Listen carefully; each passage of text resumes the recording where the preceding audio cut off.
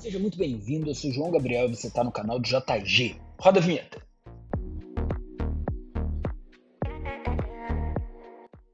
Fala pessoal, espero que esteja tudo bem com todos vocês. Neste momento estamos iniciando uma nova playlist, pois mudaremos de área dentro da física.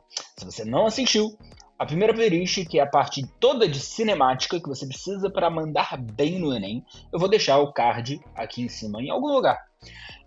Nesse momento a gente inicia uma nova série de vídeos agora sobre a parte da dinâmica, tudo bem?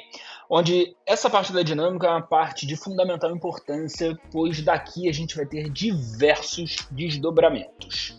Mas, sem enrolação, vamos direto ao que interessa, onde parte da dinâmica, cara, isso aqui vai ser basicamente um estudo da força.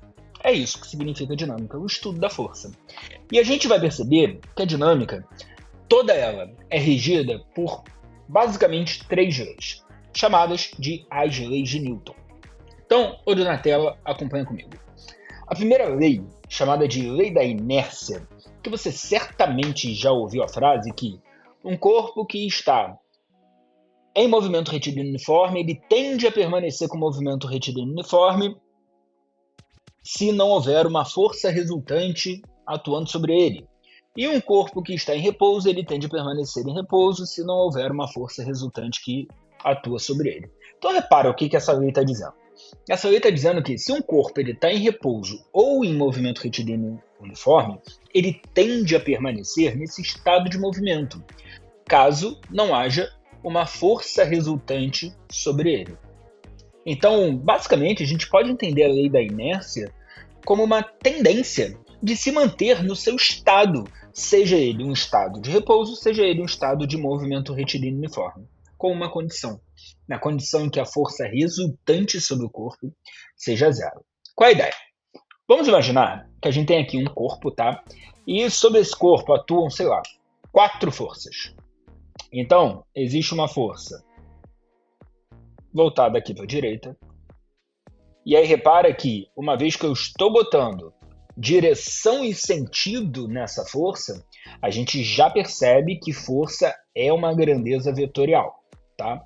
Atua aqui uma outra força para a esquerda. Essa força para a direita eu vou chamar de força F1. Essa força para a esquerda eu vou chamar de uma força F2. E atua também uma força vertical para baixo, que eu vou chamar de F3, e uma força, por exemplo, vertical para cima, que eu vou chamar de F4. De modo que, se atuam diversas forças e a resultante sobre essas forças tem que ser igual a zero, é porque essas forças elas se cancelam. E qual é a condição para 2 vetores se cancelarem? Eles têm que ter mesma direção, sentidos opostos, mas também precisam ter o mesmo valor, o mesmo módulo. Então a gente está lidando aqui com um caso em que o módulo da força F1 é igual ao módulo da força F2. Assim como o módulo da força F3 tem que ser igual ao módulo da força F4. Dadas essas condições, essas forças se cancelam e aí a resultante entre elas vai ser igual a zero. E com isso a gente vai ter aqui, como a gente já tinha citado, dois casos, né? O primeiro caso é o caso do repouso e o segundo caso do movimento retilíneo uniforme. Eu quero que você perceba aqui o seguinte: se a gente fala do caso do repouso, isso significa dizer que a velocidade do corpo é igual a zero. E no movimento retilíneo uniforme, qual é a característica da velocidade do corpo? ela é uma velocidade constante. Se ligou? Então, tanto o caso do repouso quanto o caso do movimento retilíneo uniforme, que chegam na força resultante igual a zero, eles têm mais coisas em comum. Porque se no repouso a velocidade é sempre zero, isso também é uma velocidade constante, concorda? Ou seja, tanto o caso do repouso quanto o movimento retilíneo uniforme, temos velocidades constantes. No caso do repouso, a gente tem um caso particular que o valor dessa velocidade é zero, mas também é constante. Se não tem variação da velocidade, qual é a grandeza física que também não teremos? Aceleração. Ou seja, uma força resultante igual a zero está implicando numa aceleração também igual a zero. Ou seja, a primeira lei de Newton, que é o caso do repouso e do movimento retilíneo uniforme, são os casos em que a gente tem o corpo com força resultante igual a zero, tendo assim uma aceleração igual a zero. Em ambos os casos, a gente diz que o corpo está em equilíbrio. Então, no caso do repouso, a gente vai chamar isso daqui de um equilíbrio estático. Equilíbrio estático. Já no caso do movimento retilíneo uniforme, a gente vai tratar isso daqui como um equilíbrio dinâmico. Ou seja, sempre que uma questão te disser que o corpo ele está em equilíbrio, o que ela está dizendo para você de forma mais implícita é que a força resultante sobre aquele corpo é igual a zero. E isso é de extrema importância. Porque isso significa que ou o corpo ele está em repouso ou ele está em movimento retilíneo uniforme. Isso significa que as forças em sentidos opostos elas têm que ter o mesmo valor. Fechado? Beleza. Aqui cabe uma observação, tá? Aqui cabe uma observação. Pensa comigo. O que é mais difícil de você tirar do repouso? O que é mais difícil de você tirar do repouso? Um corpo mais leve ou um corpo mais pesado? O corpo mais pesado, porque ele tem mais massa. Logo, um corpo com mais massa é difícil você tirar do repouso. E acho que você vai concordar comigo que para você parar um corpo, também é mais difícil você parar aquele que tem mais massa, né? Então, se você tem um corpo em movimento retilíneo uniforme e você precisa parar esse corpo, é mais difícil parar aquele que tem mais massa. Ou seja, é mais difícil você parar aquele que tem a tendência de permanecer naquele estado, seja o estado de repouso ou de movimento retilíneo uniforme. É mais difícil de você parar aquele que tem mais inércia. Ou seja, a inércia de um corpo está associada à massa do corpo. Eu vou botar isso aqui como uma observação, mas eu quero que você já pegue essa ideia.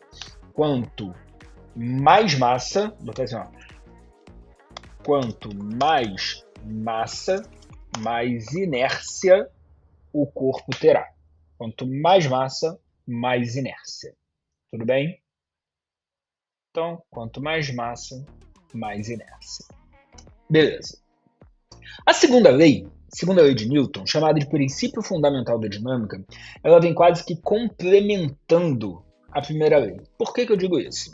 Porque aqui a gente não vai tratar mais do caso em que o corpo está em repouso ou movimento retilíneo uniforme. A gente vai tratar a seguinte situação. Vamos supor que a gente tem aqui um corpo, tá? E atuam sobre o corpo várias forças. E dessas forças, vamos supor que a resultante ela seja, por exemplo, horizontal para a direita. Se agora, né, eu tenho aqui um corpo de massa M qualquer e eu aplico uma força sobre esse corpo, naturalmente ele começa a andar. E se ele começa a andar, é porque ele saiu do repouso para então começar a andar. Variou a velocidade dele, o que significa que esse cara tem aceleração. Bom, se eu empurro ele para a direita, é esperado que ele comece a andar para a direita e por isso ele vai ter uma aceleração também para a direita. A segunda lei, de forma matemática, ela vem me reunir essas grandezas, dizendo que força resultante pode ser calculada como sendo o produto da massa pela aceleração do corpo. Então, a força resultante sobre um corpo ela é massa vezes a aceleração. E daqui eu trago uma observação que a gente já até comentou. Cara, se eu aplico uma força para a direita, o corpo começa a andar para a direita, o que significa que a aceleração está para a direita. Logo, força resultante e aceleração, eu escrevo força resultante e aceleração tem sempre mesma direção e sentido. É raro na física a gente falar sempre ou nunca, mas esse daqui é um dos casos raros. Então, força resultante e aceleração terão sempre mesma direção e sentido. Se eu te pergunto qual deve ser a unidade dessa grandeza, força, eu quero que você perceba que isso tem que ser unidade de massa multiplicado por aceleração, uma vez que força é massa vezes aceleração, de acordo? Unidade de massa no sistema internacional é o quilograma. E qual a unidade de aceleração? Isso a gente já sabe, é o metro por segundo elevado ao quadrado. Então, quilograma vezes metro por segundo ao quadrado é a unidade de força, e isso daqui ganha um nome, dando a César o que é de César? Newton, né? Então, Newton será aí a unidade de força no sistema internacional. É a mesma coisa que quilograma vezes metro por segundo ao quadrado, uma vez que é a unidade de massa multiplicado por unidade de aceleração. Isso daí é unidade de força. Fechado? Show de bola. Bom, então, repara, a segunda lei ela vem quase que complementando a primeira. Por quê? Porque se a primeira lei é o caso em que força resultante igual a zero, dando assim uma aceleração igual a zero, a segunda lei é o caso que a força resultante é diferente de zero, dando assim uma aceleração diferente de zero. Fechado? E com isso podemos ir para a terceira lei. E aí eu botei aqui uma imagem de uma pessoa empurrando a parede. Situação normal, né? Do cotidiano, uma pessoa empurrando a parede. Quando você não tem nada para fazer, o que você faz? Você vai empurrar a parede. Qual é a ideia? Vamos supor que essa pessoa empurre a parede, tá? E se ela empurra a parede, essa força que atua sobre a parede é uma força horizontal para a direita, que eu vou chamar de força do homem sobre a parede. Olha como é que eu escrevi. Força do homem sobre a parede. Se esse homem dá um empurrão muito forte na parede, o que vai acontecer? E, por favor, não ache que a parede vai cair, porque é uma parede. Se tu empurrar muito forte na parede, não vai cair a parede. Então, se ele empurrar muito forte, o que vai acontecer? Ele vai para trás. Talvez ele caia. Então, ele vai ser empurrado para trás. Então, por mais que ele tenha empurrado a parede para frente, repara, ele foi jogado para trás. Por quê? Porque quando ele empurra a parede para frente, a parede reage fazendo uma força sobre o homem. Isso daqui, ó, é o que eu vou chamar de força que a parede faz sobre o homem. Ou seja, no momento que o homem exerce uma força sobre a parede, exerce uma ação, a parede reage fazendo uma força sobre o homem. Logo, a gente tem uma reação. Então, a terceira lei, chamada de ação e reação, vai tratar justamente dos pares de forças trocados entre dois corpos. Sempre que um corpo faz força no outro, o outro devolve força sobre o primeiro. E repara que para ele cair, é necessário que ele faça uma força muito grande. Por quê? Porque aí a parede faz sobre ele uma força muito grande. Quando a gente fala de força muito grande, qual característica do vetor a gente está falando especificamente? A gente está falando aí do módulo, né? Porque esse par ação e reação, esse par de forças, força que o homem faz na parede, que a parede faz no homem, tem sempre o mesmo valor. Sempre, ó, o mesmo módulo. E você já percebeu que desenhei aqui a força, né? Força que o homem faz sobre a parede. Qual é a direção dessa força? E muito cuidado para não confundir aqui com o sentido. A direção dessa força é uma direção horizontal. E a que a parede faz sobre o homem também é horizontal. Então, além de mesmo módulo, tem mesma direção. Uma vez que a força que o homem faz sobre a parede é uma força para a direita e que a parede faz sobre o homem uma força para a esquerda, o que a gente tem aqui, então, são dois sentidos opostos. Então, os sentidos são opostos. Pergunta idiota, mas me responde a pergunta idiota. A força que o homem faz sobre a parede atua em quem? Ouvido aqui, na parede. A força que a parede faz sobre o homem atua em quem? Ouvi de novo, sobre o homem. Ou seja, essas forças não atuam no mesmo corpo. Esse par, ação e reação, atua em corpos diferentes. Eu vou escrever isso para você. Ó. Atua em corpos diferentes. E repara, justamente por atuar em corpos diferentes, força que o homem faz sobre a parede, que a parede faz no homem, não é coerente a gente falar que essas forças podem se anular, porque não atuam no mesmo corpo. Quando que elas podem se anular? Quando atuar no mesmo corpo, que foi o exemplo que a gente deu na primeira lei, ali em cima, qualquer coisa volta no vídeo. A gente tinha um corpo com 4 forças atuando sobre esse corpo. Aí essas forças se cancelavam, uma vez que tinham sentidos opostos. Agora, se um faz força no outro e o outro devolve força lá no outro corpo, não dá para essas forças se cancelarem, porque elas atuam em corpos diferentes. Então, justamente por atuar em corpos diferentes, é que a gente vai ter aqui, ó, o par ação e reação. Vou escrever para você. Ó, o par de forças, ação e reação, nunca se cancelam. Por quê? Porque atuam em corpos diferentes. Então, nunca se cancelam porque atuam em corpos diferentes. Beleza. Essas 4 características são as 4 características que você vai encontrar em qualquer livro didático, em qualquer apostila de qualquer lugar, em qualquer videoaula que tu estiver vendo aí sobre ação e reação. Só que essas 4 características, isso aqui leva a algumas pegadinhas, tá? Então, para que você não caia nas pegadinhas, eu vou te dar uma característica aqui a mais. Eu vou te dar uma característica aqui de brinde. Esse par de forças, ação e reação, repara, é um corpo fazendo força no outro, o outro devolvendo sobre o primeiro. Quantos corpos eu tinha aqui? 2. E apenas 2 corpos envolvidos no par ação e reação. Então, ó, apenas 2 corpos atuantes. Apenas 2 corpos atuantes. E se tiver mais de 2, então não vai ser para ação e reação. Você pode ter forças trocadas em 3 corpos? Claro que pode, mas isso não constituirá um para ação e reação. Só constitui um para ação e reação se a gente tiver apenas 2 corpos atuantes. Fechado? Beleza.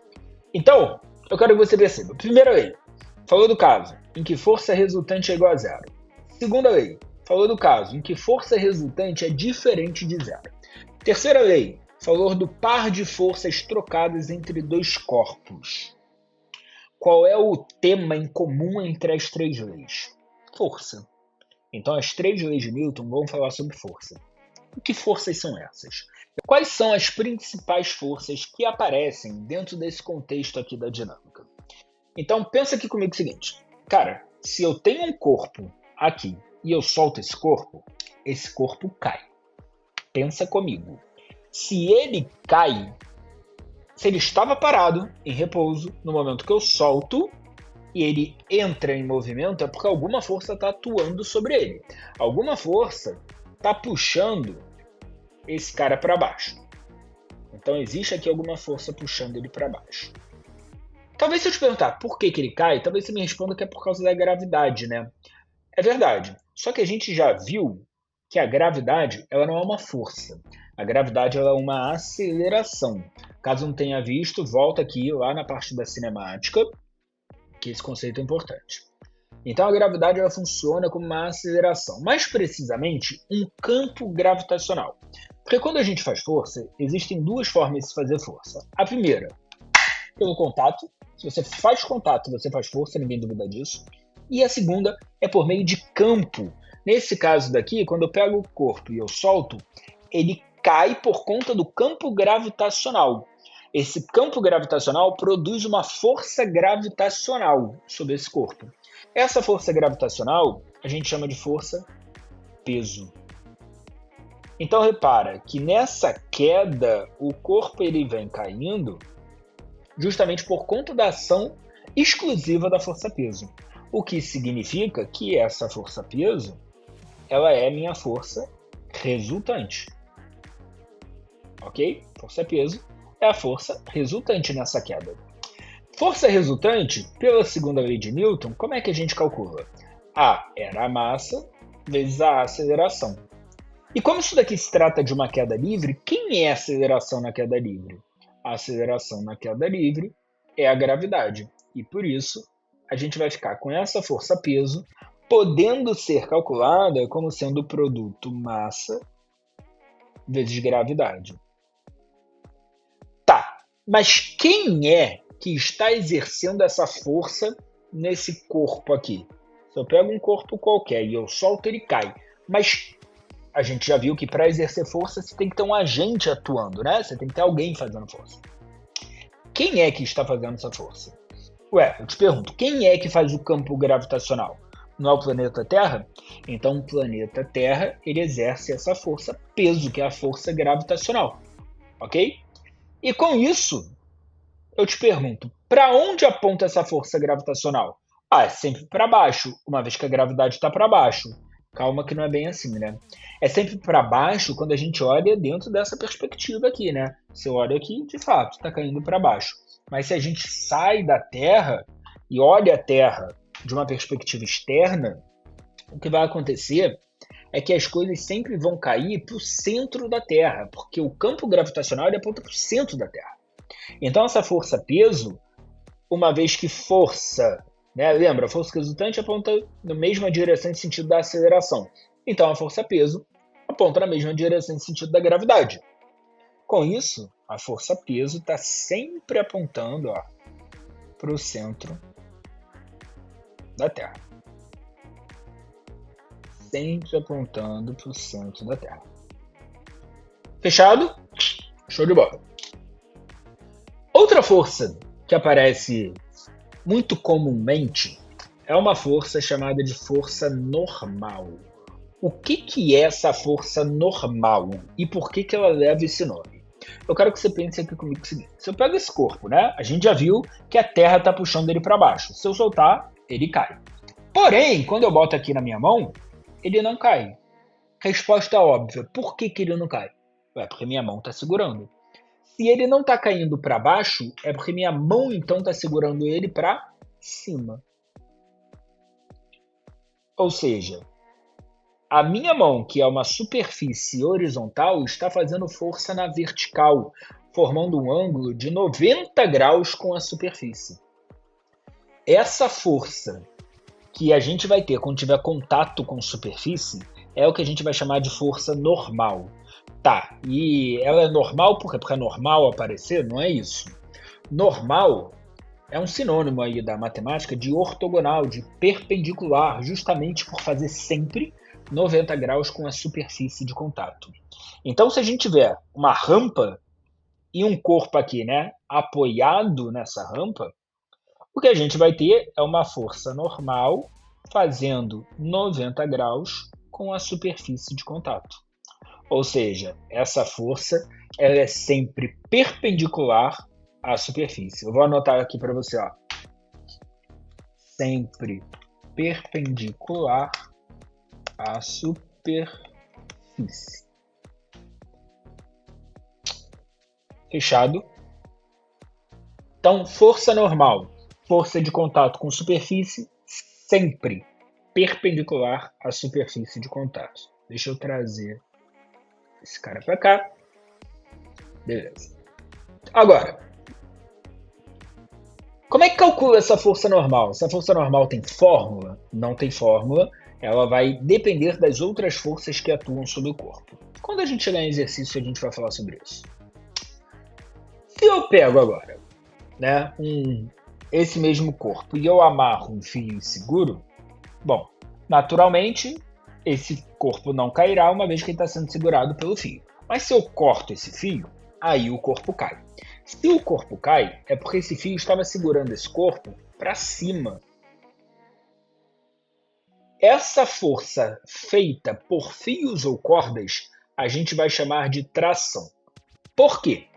Pensa o seguinte, se eu pego uma corda e eu amarro em algum objeto, eu consigo puxar o objeto, mas eu não consigo empurrar o objeto. Por que eu não consigo empurrar? Porque para a corda fazer força, ela tem que estar esticada, ela tem que estar tracionada, daí o nome tração. Então, fios ou cordas sempre farão força puxando o corpo, nunca empurrando o corpo. E quando o fio ele está esticado, ele tem que estar preso nas duas extremidades, né? Então repara que na outra extremidade ele vai fazer força também. Então o mesmo fio que puxa o corpo para cima, ele puxa, por exemplo, o teto para baixo. Como a gente só mexe com fios ou cordas que a gente chama de ideais, o que isso significa?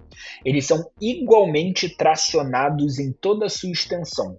Então, o valor da força que ele faz aqui embaixo é o mesmo valor de força que ele faz aqui em cima. Então, se a gente estiver falando do mesmo fio, a gente vai estar falando da mesma tração. Em valores, né? Em módulo. Se eu tenho aqui um mesmo fio, significa que nas duas extremidades eu vou ter a mesma tração, mesmo valor de força. Ok?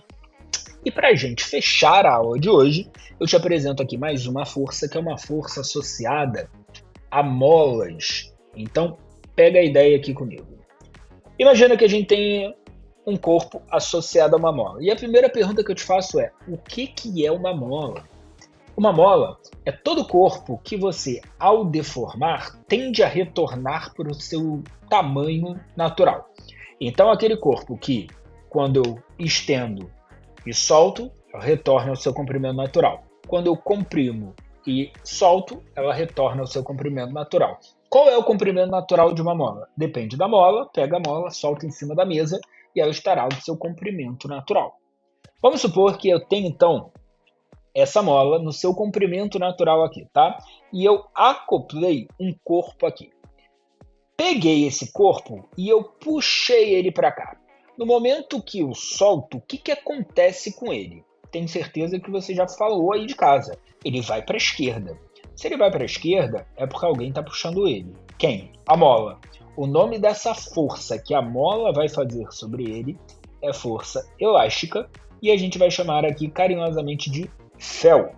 Ok? Fel é a força elástica. Agora, volta à situação inicial, em que a mola está relaxada, está no seu comprimento natural. No momento que eu empurrar esse corpo para a esquerda, o que vai acontecer? Se eu solto ele, ele volta para a direita. Por quê? Porque a mola vai empurrar esse cara para a direita pela força elástica que ela produz também.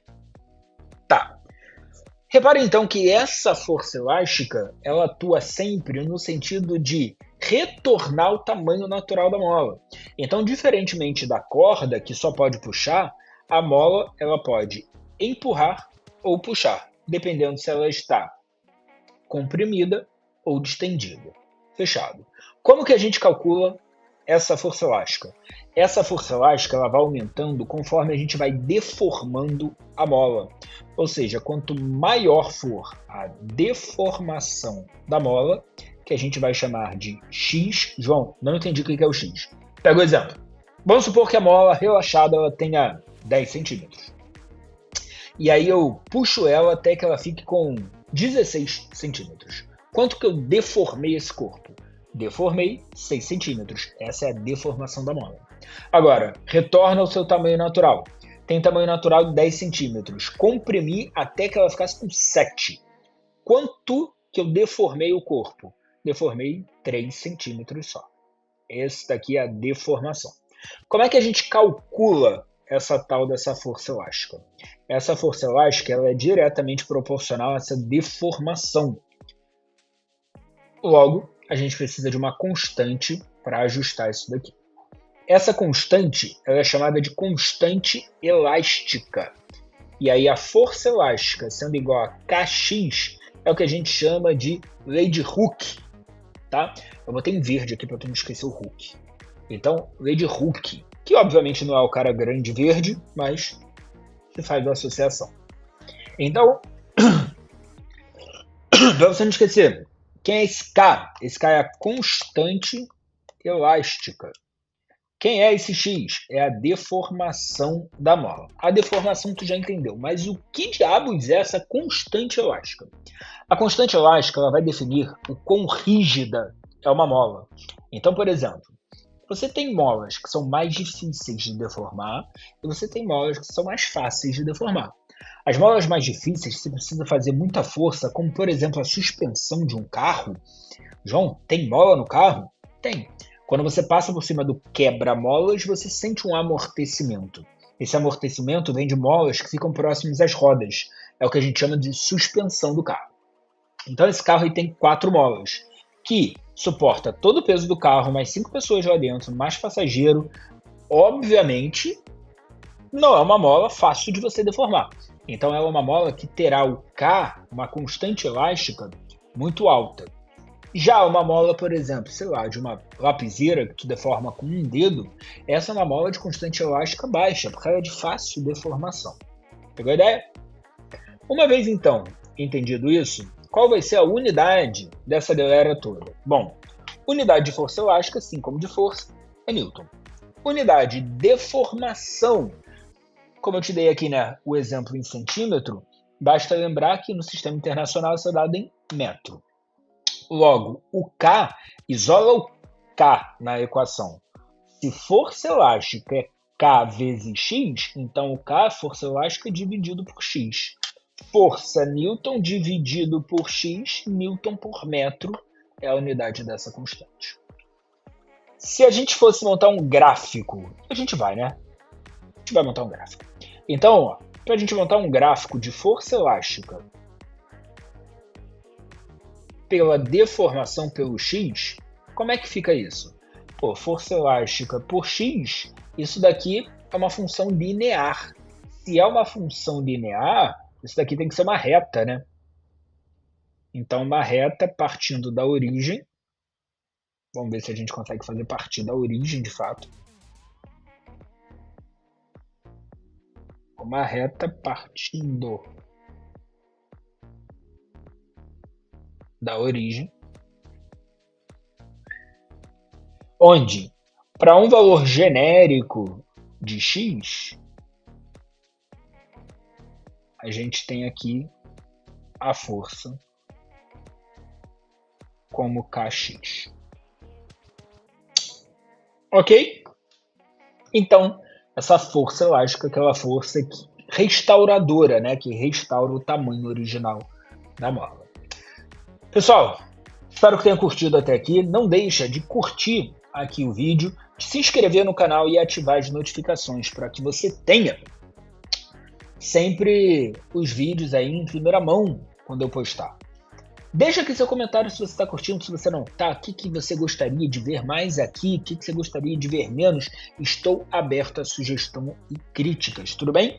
Compartilhe esse vídeo com quem vai fazer vestibular ou com quem precisa daquele reforço na física. Até nossa aula de exercício, próximo vídeo.